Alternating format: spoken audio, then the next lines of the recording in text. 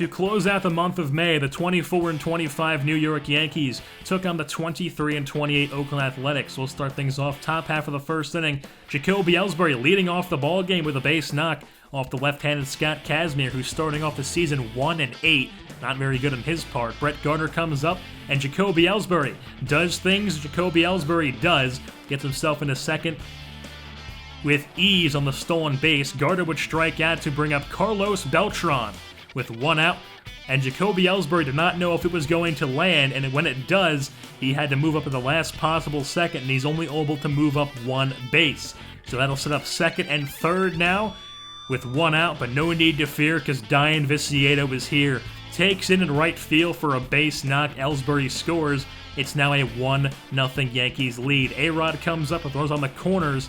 He almost grounds into a double play, but Beltran does score as Alex Rodriguez is able to leg it out. 2-0 Yankees lead, head to the top of the second. Mark Teixeira at the plate. Takes one to the right center gap. That'll slowly roll into the right center gap. To the wall as Teixeira picks up a double. He's hitting just above the Mendoza line so far in the season. And then Kevin Franzen comes up. He rakes against left-handed pitching, and he proves that right there with his first hit of the ball game. Sets up runners on the corners for Austin Romine, who's starting in place of the resting John Ryan Murphy. He takes one to deep right field. It would be caught, but Teixeira is able to tag up and advance to make it a 3-0 Yankees lead. Head to the top of the third now for Carlos Beltran. Takes to the same part of the ballpark.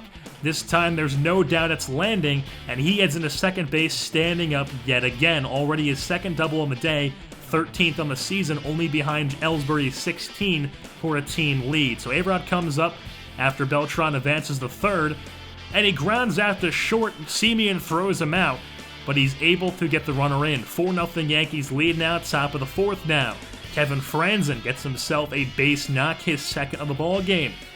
And that'll bring up Jacoby Ellsbury now with two outs, and he takes an opposite way into left center gap. That'll get all the way to the warning track as Jacoby Ellsbury uses that speed to get himself all the way into third base with an RBI triple as Kevin Franzen scores from first on the play.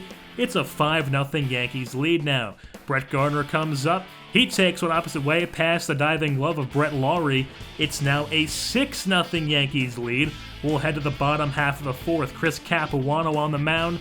Billy Butler off the glove of Kevin Franzen. It will be ruled a base knock. The A's' first base hit of the ball game came in the fourth inning.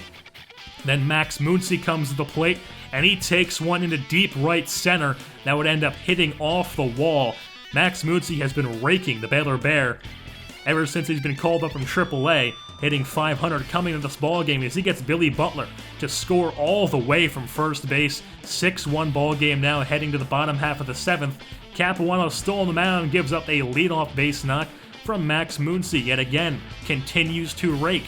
Brett Lawrie comes up now. The 0-2 pitch from Capuano is taken into center. Sets up first and second, and that would end Capuano's day as Jared Burton comes on for the 17th time this season. And he faces Mark Canha, the left fielder, as the ball skips over Chase Headley, sets up bases loaded for the A's to bring up Stephen Voigt, the catcher. The kick and the pitch from Burton is chopped down the third baseline. Burton tries to flip home, but the runner scores, and now it's a 6-2 ball game. So bases still loaded, still nobody out. Marcus Semien ground at the Franzen, flips to short. A-Rod fires the first, and it's a double play, but a runner does score to make it 6-3. Sam Fold comes out with two outs, then Super Sam Fold with a base knock makes it a 6-4 ball game. 2-run ball game for the A's. We'll head to the top half of the ninth for Kevin Franzen lead things off. His third hit of the ball game, this time into the gap. He's got himself a 3-hit ball game.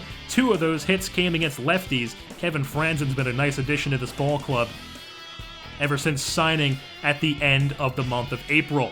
So then, Austin Romine grounds out, looks to be a ground out, but it's bobbled and sets up first and third now for Jacoby Ellsbury.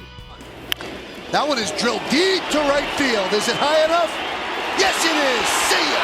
A home run. 3-run knock for Jacoby Ellsbury makes it a 9-4 Yankees lead, as that would be how the cookie crumbles. The New York Yankees even out their record at 25-25, while the A's drop to 23-29.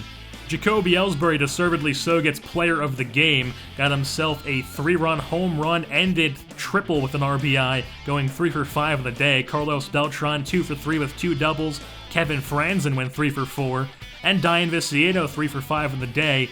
They all contributed to the 9-4 Yankees victory with 15 hits. The only bright spot of the day for the Athletics being Max Muncy, as he goes 2 for 4, continuing to rake since being called up from AAA, as Scott Kazmir drops to 1-9 on the season. Now, with that being said, that'll wrap things up here for this matchup. I've been your host, JerseyBorn, and I'm saying goodbye.